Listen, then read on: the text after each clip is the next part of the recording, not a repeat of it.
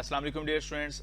आज के लेक्चर में हम आईसीएस पार्ट 2 कंप्यूटर साइंस के चैप्टर नंबर 11 डिसीजन कंस्ट्रक्ट्स के इंपॉर्टेंट शॉर्ट आंसर्स को डिस्कस करेंगे। These are the very important short answers according to exam point of view.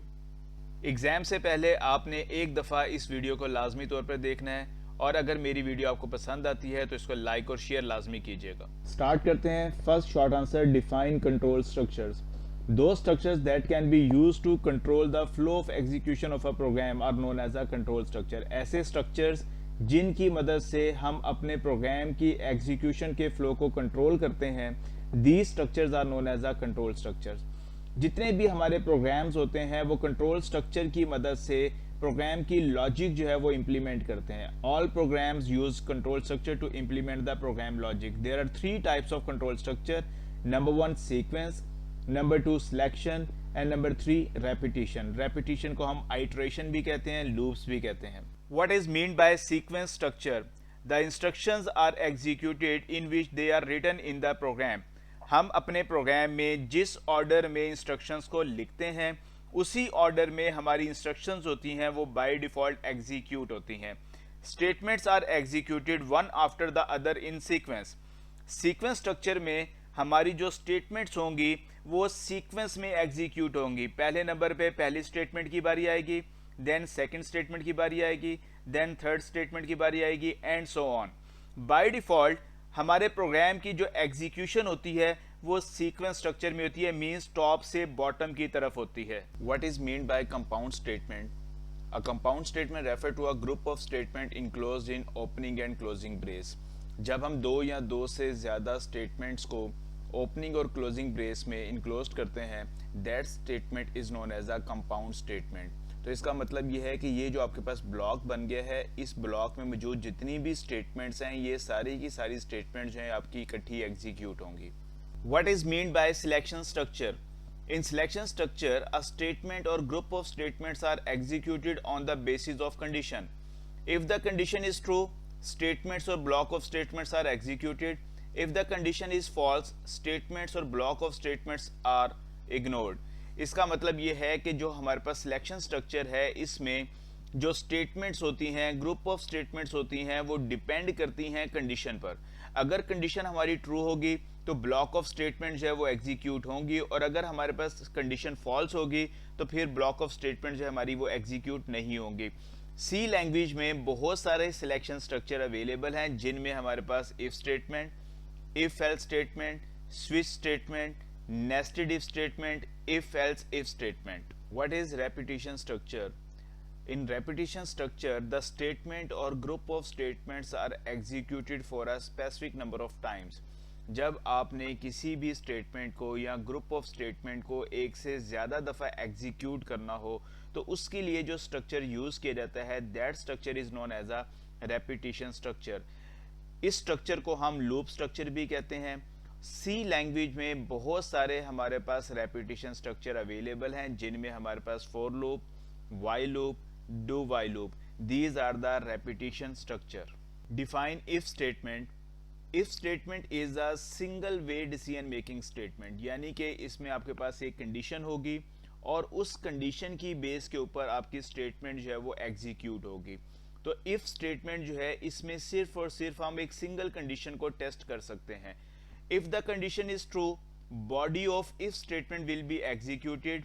If the condition is false, body of if statement will not be executed and control is transferred to the next statement after if statement. by default if statement के साथ single statement जो है वो execute होती है।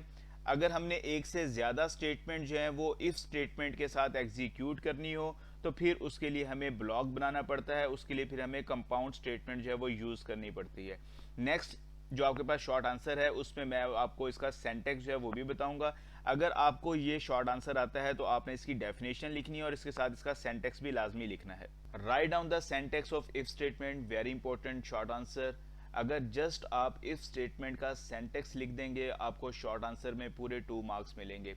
अगर question आता है डिफाइन इफ स्टेटमेंट तो आपने इफ स्टेटमेंट की डेफिनेशन भी लिखनी है और उसके साथ आपने उसका सेंटेक्स भी लिखना है ताकि आपको पूरे 2 मार्क्स जो हैं वहां पर भी मिल जाएं।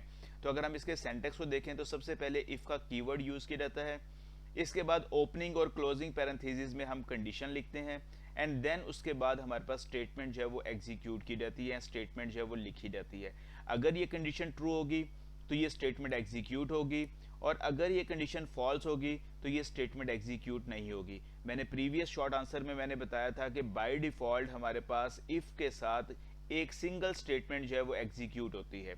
अगर हमने एक से ज़्यादा स्टेटमेंट जो है वो इफ़ के साथ एग्जीक्यूट करनी होगी तो फिर हमें यहाँ पर ब्लॉक बनाना पड़ता है, और यहाँ पर ओपनिंग और क्लोजिंग ब्रेसिस के दरमियान हम एक से ज़्यादा स्टेटमेंट जो है वो लिख सकते हैं। अगर हमारे पास ये कंडीशन ट्रू होगी तो ये सारी की सारी स्टेटमेंट्स हमारी एग्जीक्यूट होंगी, यानी कि ये पूरा ब्लॉक हमारा एग्जीक्यूट होगा। और अगर ये कंडीशन फॉल्स होगी तो ये पूरा ब्लॉक जो हमारा ये इग्नोर्ड होगा, पूरा ब्लॉक हमारा एग्जीक्यूट नहीं होगा। Very important short answer, draw flow chart of if statement. तो यहाँ पर हमने इफ स्टेटमेंट का फ्लो चार्ट जो है वो सिर्फ ड्रॉ करना होगा। तो यहाँ पर कुछ हम सिंबल यूज कर रहे हैं, जिसमें स्टार्ट और स्टॉप के लिए हम ओवल शेप यूज कर रहे हैं। जब हमारे पास कंडीशन आती है तो फ्लो चार्ट में कंडीशन के लिए हम डायमंड शेप यूज करते हैं। तो सबसे पहले देखें इफ स्टेटमेंट में हमारे पास क्या है, कंडीशन है, तो कंडीशन पे हमने क्या किया, डायमंड शेप यूज की। अगर ये कंडीशन हमारी ट्रू होगी तो ये फिर हमारे पास जो बॉडी ऑफ इफ स्टेटमेंट है ये एग्जीक्यूट होगी, ये स्टेटमेंट एग्जीक्यूट होगी, एंड देन कंट्रोल जो होगा वो हमारा स्टॉप पे चला जाएगा। और if the condition is false तो देन कंट्रोल हमारा डायरेक्ट स्टॉप पे जाएगा, फिर ये स्टेटमेंट हमारी एग्जीक्यूट नहीं होगी। तो जस्ट आपने ये फ्लो चार्ट जो है अपनी आंसर शीट्स के ऊपर आपने ड्रॉ करना होगा, आपको पूरे 2 मार्क्स मिल जाएंगे। Define if else statement. If else statement is the two way decision making statement. इसका मतलब यह है कि यहाँ पर हमारे पास 2 चॉइसेस होंगी। अगर कंडीशन हमारी ट्रू है तो पहली चॉइस एग्जीक्यूट होगी, और अगर कंडीशन फॉल्स है तो फिर हमारी सेकंड चॉइस जो है वो एग्जीक्यूट होगी। If the condition is true, body of if statement will be executed. If the condition is false, body of else statement will be executed. Write down the syntax of if else statement. तो यहाँ पर अगर हम if else statement के syntax को देखें तो इसका जो ऊपर वाला ब्लॉक है ये तो सेम वैसे ही है जैसा कि हमने इफ स्टेटमेंट का सिंटैक्स देखा था, लेकिन यहाँ पर जो सेकंड हमारे पास जो ब्लॉक है इसमें देखें एल्स और इसके बाद स्टेटमेंट आ गई है। तो यहाँ पर अगर ये कंडीशन हमारी ट्रू होगी तो इफ के नीचे जो स्टेटमेंट है ये एग्जीक्यूट होगी, और अगर ये कंडीशन फॉल्स होगी तो एल्स के नीचे जो स्टेटमेंट लिखी हुई है ये एग्जीक्यूट होगी। यहाँ पर एक और चीज़ देखें, एल्स के सामने हम कोई कंडीशन नहीं लगा रहे, सिर्फ और सिर्फ कंडीशन जो है वो इफ के साथ यूज़ की जा रही है। तो अगर ये कंडीशन ट्रू है तो block of if statement will be executed. If the condition is false, block of else statement will be executed. Next short answer है draw a flow chart of if else statement. तो जैसे हमने if statement का flow chart बनाया था उसी तरीके से हम इफ एल्स स्टेटमेंट का फ्लो चार्ट बनाएंगे। सबसे पहले हमारे पास यहाँ पर स्टार्ट और स्टॉप के लिए ओवल शेप यूज़ की जाएंगी, फिर हमारे पास क्या आएगी, कंडीशन आएगी, और कंडीशन को हम किस में लिखेंगे, डायमंड शेप में लिखेंगे। अब यहाँ पर हमारे पास 2 चॉइसेस हैं। अगर हमारे पास ये कंडीशन ट्रू होगी तो block of if statement will be executed.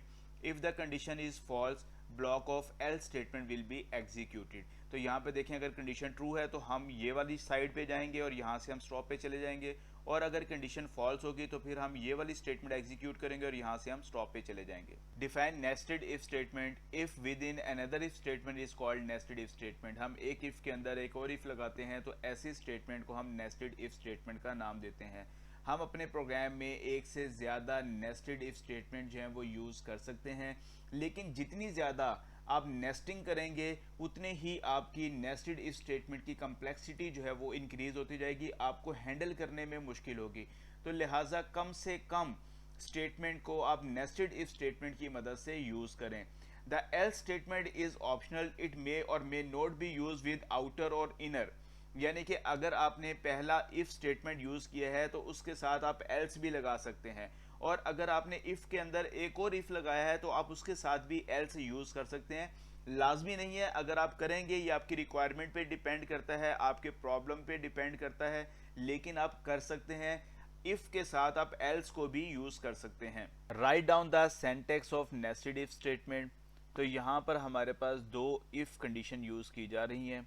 ये हमारे पास जो पहला इफ लगा हुआ है इसको हम आउटर इफ कहेंगे, और इस इफ के अंदर हम लोग एक और इफ यूज कर रहे हैं, इस इफ को हम इनर इफ कहेंगे।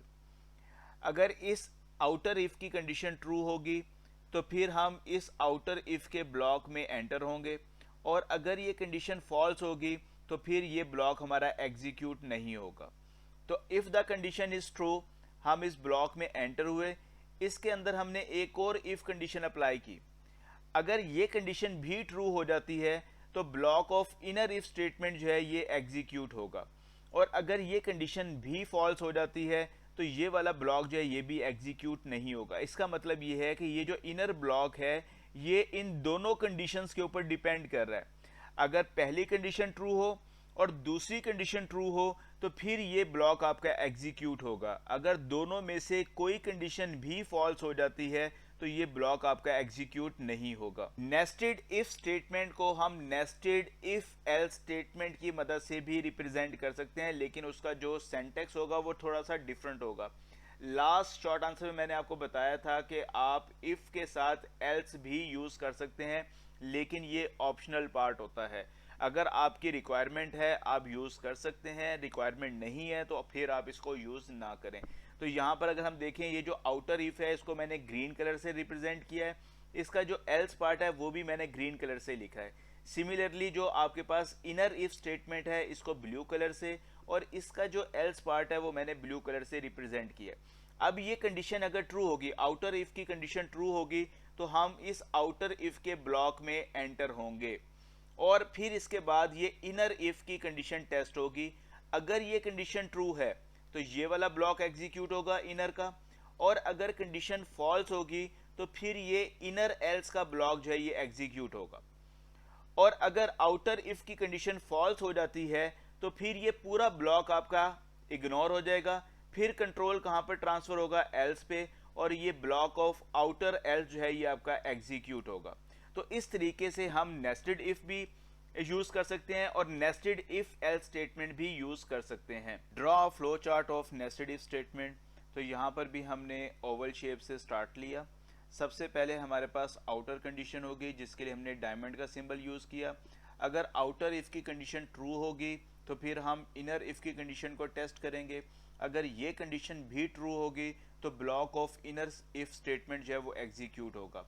अगर हमारे पास आउटर इफ की कंडीशन फॉल्स होती है तो कंट्रोल हमारा स्टॉप पे आ जाएगा, और इसी तरीके से अगर आउटर इफ की कंडीशन ट्रू होती है, इनर इफ की कंडीशन आपकी फॉल्स होती है, तब भी कंट्रोल आपका स्टॉप पे आ जाएगा। Define if else if statement. It is a multiple way decision making statement. जब आपके पास दो या दो से ज्यादा कंडीशंस, दो या दो से ज्यादा ऑप्शंस अवेलेबल हों, वहां पर हम नेस्टेड इफ की बजाय इफ एल्स इफ स्टेटमेंट को प्रेफर करते हैं, क्योंकि जितने ज़्यादा नेस्टेड इफ आप लगाएंगे आपके प्रोग्राम की कम्प्लेक्सिटी उतनी ज़्यादा इंक्रीज होगी, और प्रोग्रामर के लिए नेस्टेड इफ को हैंडल करना जो है वो मुश्किल हो जाएगा। इफ एल्स इफ स्टेटमेंट को हम कहाँ पर इस्तेमाल करते हैं? फॉर एग्जांपल अगर हम लोगों ने ग्रेड्स निकालने हैं on the basis of percentage, तो हम ये कंडीशन कहते हैं कि अगर हमारे पास जो परसेंटेज है वो 90 से अबव होगी तो ग्रेड ए प्लस होगा, 80 से अबव होगा तो हमारे पास ए होगा, 70 से अबव अगर परसेंटेज होगी तो बी होगा। तो देखें हमारे पास चॉइसेस बढ़ती जा रही हैं, तो वहां पर हम फिर इफ एल्स इफ स्टेटमेंट को प्रेफर करेंगे। इफ एल्स इफ स्टेटमेंट में all the conditions are tested, all the conditions are evaluated until are true condition is reached. उस वक्त तक हम अपनी तमाम की तमाम चॉइसेस को चेक करते रहते हैं जब तक हमारे पास कोई ना कोई कंडीशन ट्रू ना हो जाए। When a true condition is found, then the statement under the true conditions are executed and the remaining conditions are ignored. जैसे आपकी कंडीशन ट्रू होती है उसके नीचे जो स्टेटमेंट लिखी हुई है वो एग्जीक्यूट होगी, और उसके नीचे जितनी भी कंडीशंस होंगी, जितनी भी चॉइसेस होंगी, फिर वो हम टेस्ट नहीं करेंगे। If all the conditions are false, अगर जितनी भी चॉइसेस, जितनी भी कंडीशंस आपने अप्लाई की हुई थी, अगर वो सारी कंडीशंस फॉल्स हो जाती हैं तो फिर लास्ट एल्स स्टेटमेंट जो होगी वो आपकी एग्जीक्यूट होगी। Right the syntax of if else if statement. तो यहाँ पे देखें हमारे पास सबसे पहले इफ कंडीशन 1, अगर ये कंडीशन ट्रू होगी तो स्टेटमेंट 1 एग्जीक्यूट होगी। अगर ये कंडीशन फॉल्स है तो फिर हमने क्या लिखना है, एल्स स्पेस इफ, इकट्ठा नहीं लिखेंगे, एल्स और इफ के दरमियान में स्पेस आएगी, एल्स इफ कंडीशन 2। अगर ये कंडीशन ट्रू होगी तो स्टेटमेंट 2 एग्जीक्यूट होगी। फिर इसके बाद अगर ये कंडीशन फॉल्स हो गई तो फिर हमारी थर्ड कंडीशन टेस्ट होगी। अगर ये थर्ड कंडीशन ट्रू हो गई तो स्टेटमेंट 3 एग्जीक्यूट होगी। इस तरीके से आपने जितनी भी कंडीशंस अप्लाई करनी है आप n कंडीशंस अप्लाई कर सकते हैं और n कंडीशंस के साथ साथ आपकी n स्टेटमेंट जो होंगी वो एग्जीक्यूट होंगी। Condition 1 statement 1, condition 2 statement 2, condition 3 statement 3, condition n statement n। अगर ये सारी कंडीशंस फॉल्स हो जाती हैं तो फिर कंट्रोल हमारा कहाँ पर आएगा, एल्स स्टेटमेंट पे। और इस एल्स के साथ अब हम इफ़ यूज़ नहीं कर रहे, ये लास्ट एल्स है और इसके नीचे हमारे पास जो स्टेटमेंट है स्टेटमेंट के, ये हमारी एग्जीक्यूट होगी। Very important short answer, draw the flow chart of if else if statement. तो यहाँ पर भी हम लोगों ने ओवल शेप से स्टार्ट लिया। कंडीशन 1, अगर ये कंडीशन 1 ट्रू है तो स्टेटमेंट 1 एग्जीक्यूट होगी और कंट्रोल कहाँ पर चले जाएगा, स्टॉप पे। बाकी सारी की सारी कंडीशन इग्नोर हो जाएंगी। अगर कंडीशन 1 फॉल्स होती है तो फिर सेकंड कंडीशन टेस्ट होगी। अगर सेकंड कंडीशन आपकी ट्रू है तो स्टेटमेंट 2 एग्जीक्यूट होगी और कंट्रोल स्टॉप पे आ जाएगा और उसके नीचे वाली सारी कंडीशंस आपकी इग्नोर हो जाएंगी।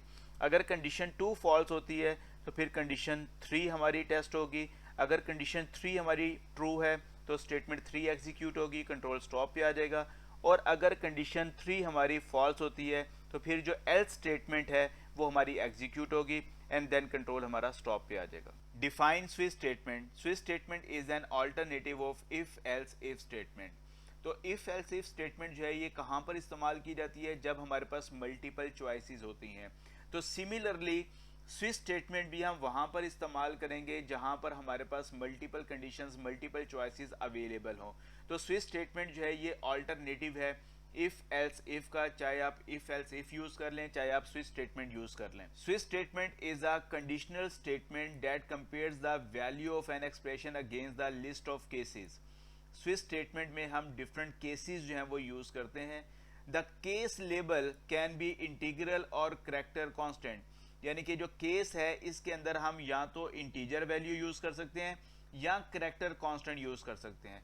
इसके अलावा हम कोई और वैल्यू जो है वो केस लेबल के तौर पे यूज नहीं कर सकते।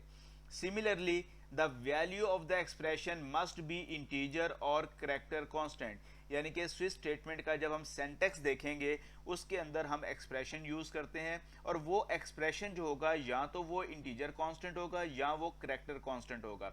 स्विच स्टेटमेंट के अंदर 4 कीवर्ड यूज किए जाते हैं। Number 1 switch, number 2 case, number 3 break and number 4 default. Important short answer, write the syntax of switch statement. तो यहाँ पर हम स्विच का कीवर्ड यूज करेंगे और पैरेंथेसिस में हमारे पास यहाँ पर एक्सप्रेशन होगा। ये एक्सप्रेशन या तो आपके पास कोई इंटीजर कांस्टेंट हो सकता है या करैक्टर कांस्टेंट हो सकता है। एक और पॉइंट यहाँ पर देखें कि ये स्विच स्टेटमेंट के नीचे हम ओपनिंग और क्लोजिंग डेलीमीटर जो है ये यूज कर रहे हैं। जब आपने इसका सेंटेक्स लिखना है तो उसके अंदर आपने ओपनिंग और क्लोजिंग डेलीमीटर लाजमी यूज करनी है। इसके बाद यहाँ पर हमारे पास केस और इसके आगे वैल 1, ये हमारे पास क्या है, ये लेबल है और ये लेबल हमारा क्या था, इंटीजर कांस्टेंट या करैक्टर कांस्टेंट। और इसके आगे हम यहाँ पे कॉलन का साइन यूज कर रहे हैं, राइट, सेमी कॉलन नहीं, कॉलन का साइन यूज करेंगे। तो केस वैल 1 कॉलन का साइन, इसके बाद यहाँ पर हमारे पास statement 1 and then break statement. तो इसका मतलब ये है कि सबसे पहले ये केस आपका टेस्ट होगा। अगर ये केस की कंडीशन ट्रू हो गई तो फिर ये स्टेटमेंट एग्जीक्यूट होगी। उसके बाद ब्रेक स्टेटमेंट क्या करती है, कंट्रोल को इस ब्लॉक से बाहर ले जाएगी। अगर ये कंडीशन फॉल्स है तो फिर केस वैल 2, फिर ये आपका केस टेस्ट होगा। अगर इसकी कंडीशन ट्रू है तो ये स्टेटमेंट ट्रू आपकी एग्जीक्यूट होगी और ब्रेक स्टेटमेंट एग्जीक्यूट होगी और ये कंट्रोल हमारा इस ब्लॉक से बाहर आ जाएगा। इसी तरीके से हमारे पास केस वैल एन, आप जितने मर्जी केसेस लगा सकते हैं। जो इस केस की कंडीशन आपकी ट्रू होगी उसके नीचे जो स्टेटमेंट लिखी हुई वो एग्जीक्यूट होगी। और अगर कोई भी कंडीशन आपकी ट्रू नहीं होती, कोई भी केस आपका सक्सेसफुल नहीं होता, तो फिर ये जो लास्ट आपके पास डिफ़ॉल्ट वाली ऑप्शन है ये आपकी एग्जीक्यूट होगी। तो यहाँ पे देखें डिफ़ॉल्ट के आगे हम कोई लेबल यूज़ नहीं कर रहे, डिफ़ॉल्ट इज़ अ कीवर्ड, इसके आगे हम जस्ट कॉलन का साइन यूज़ कर रहे हैं। तो डिफ़ॉल्ट जो है it is just like a else statement in if else if statement. तो डिफ़ॉल्ट के बाद जो आपकी स्टेटमेंट होगी ये एग्जीक्यूट होगी। इसके साथ आपको एक और बात बताता चलूं कि जब हम स्विच स्टेटमेंट में किसी केस के नीचे ब्रेक स्टेटमेंट यूज़ नहीं करते तो बेसिकली हमारे प्रोग्राम का जो फ्लो होता है वो टॉप से बॉटम की तरफ होता है। अगर हम ये ब्रेक स्टेटमेंट यूज़ नहीं करेंगे तो ये स्टेटमेंट 1 आपकी एग्जीक्यूट होगी उसके नीचे कंट्रोल यहाँ पर आ जाएगा, स्टेटमेंट 2 भी एग्जीक्यूट होगी, फिर स्टेटमेंट 3 भी एग्जीक्यूट होगी, फिर स्टेटमेंट n भी एग्जीक्यूट होगी, फिर स्टेटमेंट k भी एग्जीक्यूट होगी। तो हालांकि हमारे पास जो सही चॉइस थी, जो हमारी कंडीशन ट्रू थी, जो केस हमारा करेक्ट था, सिर्फ उसके नीचे वाली ही स्टेटमेंट एग्जीक्यूट होनी चाहिए। तो दैट्स वाई हर केस के नीचे हम लोग क्या करते हैं, ब्रेक लिखते हैं, ताकि जैसे ये ब्रेक स्टेटमेंट एग्जीक्यूट हो, कंट्रोल हमारा ब्लॉक से बाहर आ जाए। Draw the flow chart of switch statement. अगर हम इस फ्लो चार्ट को देखें और इफ एल्स इफ स्टेटमेंट का फ्लो चार्ट देखें तो दोनों में सिमिलैरिटी है। तो यहाँ पर ये जो हम डायमंड शेप यूज कर रहे हैं, इफ एल्स इफ में हमने कंडीशन 1 लिखा था, यहाँ पर हम लिखेंगे केस वैल 1। अगर ये कंडीशन हमारी, ये केस वैल 1 ट्रू होता है, तो फिर हमारे पास स्टेटमेंट 1 एग्जीक्यूट होगी और उसके बाद ब्रेक स्टेटमेंट एग्जीक्यूट होगी, कंट्रोल हमारा स्टॉप पे आ जाएगा। अगर ये कंडीशन फॉल्स होती है तो फिर हम केस वैल 2 को चेक करेंगे। अगर ये कंडीशन ट्रू है, ये केस ट्रू है, तो फिर स्टेटमेंट 2 एग्जीक्यूट होगी, ब्रेक स्टेटमेंट एग्जीक्यूट होगी, कंट्रोल हमारा स्टॉप पे आ जाएगा। इसी तरीके से केस वैल n को चेक करेंगे, और अगर ये सारे के सारे केसेस आपके फॉल्स हो जाते हैं तो कंट्रोल कहाँ पर आएगा, डिफॉल्ट पे, और स्टेटमेंट के एग्जीक्यूट होगी और उसके बाद कंट्रोल हमारा स्टॉप पे आ जाएगा। Define break statement. Break statement must be included at the end of each case statement in switch. तो स्विच स्टेटमेंट में हम ब्रेक स्टेटमेंट को यूज करते हैं। It is use to exit from the body of switch statement. जैसे ही break statement आती है, हमारा कंट्रोल जो होता है वो स्विच स्टेटमेंट की बॉडी से बाहर आ जाता है। If all break statements are omitted, अगर हम तमाम केसेस के अंदर ब्रेक स्टेटमेंट यूज नहीं करते, तो जो केस हमारा ट्रू होगा और उसके नीचे जितने भी केसेस हैं उनके अंदर जो स्टेटमेंट्स लिखी हुई हैं वो भी हमारी क्या होंगी, एग्जीक्यूट होंगी। तो इसका मतलब ये है कि जो हमारे पास प्रोग्राम का फ्लो है वो हमारा सिक्वेंशियल ऑर्डर में होता है, टॉप से बॉटम की तरफ। अगर हम ब्रेक स्टेटमेंट यूज नहीं करते तो हमारी स्टेटमेंट जो होंगी वो सीक्वेंस में एग्जीक्यूट होंगी। हालांकि ऐसा नहीं होना चाहिए, जो केस हमारा ट्रू है सिर्फ उसी की बॉडी जो है वो एग्जीक्यूट होनी चाहिए। इसलिए स्विच स्टेटमेंट में हर केस के बाद हम लोग ब्रेक स्टेटमेंट जो है वो यूज करते हैं। इसका सिंटैक्स क्या होता है, ब्रेक, और इसके बाद आपने सेमीकोलन यूज करना है। Very important short answers, define conditional operator और टर्नरी ऑपरेटर। अक्सर एग्जाम में जब ये शॉर्ट आंसर आता है स्टूडेंट इसको गलत अटेम्प्ट करते हैं, इसकी जगह पर वो रिलेशनल ऑपरेटर जो हैं वो लिखाते हैं। कंडीशनल ऑपरेटर जो हैं सी लैंग्वेज में दो होते हैं, एक ये क्वेश्चन मार्क का साइन और सेकंड कॉलन का साइन। तो these two operators are known as a conditional operator, और इनको हम टर्नरी ऑपरेटर भी कहते हैं। इसकी डेफिनेशन क्या है, it is an alternative of simple if else statement. ये इफ एल्स स्टेटमेंट का अल्टरनेटिव है। अगर हम टर्नरी ऑपरेटर की बात करें तो इसके अंदर हम 3 ऑपरेंड यूज करते हैं। टर्नरी मीन्स भी आपके पास क्या होता है, 3 होता है। तो यहाँ पर देखें, ये पहले आपके पास जो ऑपरेंड है वो कंडीशनल एक्सप्रेशन होगा। अगर ये कंडीशन ट्रू होगी तो कंट्रोल कहाँ पर आएगा, ट्रू केस पे, और अगर ये कंडीशन फॉल्स होगी तो कंट्रोल कहाँ पर जाएगा, फॉल्स केस स्टेटमेंट पे। तो इसका मतलब ये है कि यहाँ पर हम 3 ऑपरेंड यूज कर रहे हैं। ये फर्स्ट ऑपरेंड है, ये सेकंड ऑपरेंड है, और ये हमारे पास थर्ड ऑपरेंड है। अगर ये कंडीशन ट्रू है तो फिर ये ट्रू स्टेटमेंट एग्जीक्यूट होगी, और if the condition is false तो फिर ये फॉल्स स्टेटमेंट आपकी एग्जीक्यूट होगी। द एक्सप्रेशन में बी आर रिलेशनल और लॉजिकल एक्सप्रेशन। तो यहाँ पर ये जो कंडीशनल एक्सप्रेशन है ये रिलेशनल भी हो सकता है, ये लॉजिकल भी हो सकता है। If the expression is true then the true case statement will be executed, otherwise the false case statement will be executed. इस तरीके से ये भी शॉर्ट आंसर आ सकता है, write the syntax of conditional operator और टर्नरी ऑपरेटर। तो जस्ट यही वाला जो सेंटेक्स है आपने लिख देना, आपको पूरे 2 मार्क्स मिल जाएंगे। कंडीशनल एक्सप्रेशन, उसके बाद क्वेश्चन मार्क का sign true case statement, colon का साइन फॉल्स केस स्टेटमेंट। तो that is the syntax of conditional operator और ternary operator. Define flow chart. Flow chart is the pictorial or graphical representation of the step by step solution of the problem. इसके लिए हम कुछ symbol use करते हैं। Oval shape जो है use की जाती है फ्लो चार्ट को स्टार्ट और स्टॉप करने के लिए। पैरेललोग्राम जो है यूज की जाती है प्रिंटएफ और स्कैनएफ इनपुट और आउटपुट फंक्शन के लिए। रेक्टेंगल शेप जो है यूज की जाती है प्रोसेसिंग के लिए, जब आप लोगों ने कोई अरिथमेटिकल ऑपरेशन परफॉर्म करना है, कहीं पे डाटा को मैनिपुलेट करना है, तो वो जो अरिथमेटिकल एक्सप्रेशन होगा उसको हम रेक्टेंगल शेप के अंदर लिखेंगे। इसी तरीके से अगर आपने कोई डिसीजन मेकिंग करनी है, कोई कंडीशन लगानी है, तो उसके लिए हम डायमंड शेप यूज करेंगे। और ये जो हमारे पास एरोज होते हैं ये हमारे पास फ्लो लाइंस होती हैं जो कि इन शेप्स को कनेक्ट करने के लिए यूज की जाती हैं। These are the very very important short answers. आज तक के लिए इतना ही। अगर मेरा वीडियो लेक्चर आपको पसंद आता है इसको लाइक और शेयर कीजिएगा। अपना बहुत ज़्यादा ख्याल रखिएगा। अल्लाह हाफिज़।